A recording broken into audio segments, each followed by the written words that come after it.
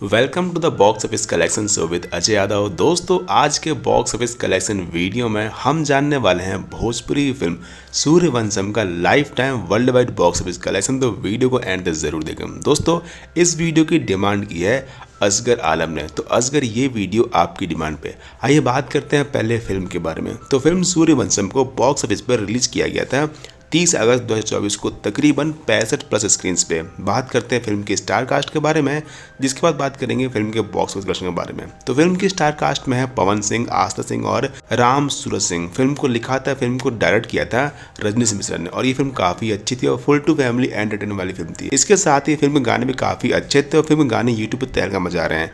इसके साथ ये फिल्म बॉक्स ऑफिस पे यानी थिएटर में, सिनेमाघरों में 50 दिन से भी ज़्यादा चलने वाली फिल्म बन चुकी है। बात करते हैं फाइनली फिल्म सूर्यवंशम के life time world wide box office collection के बारे में। तो एक लाइक और सब्सक्राइब तो बनता है।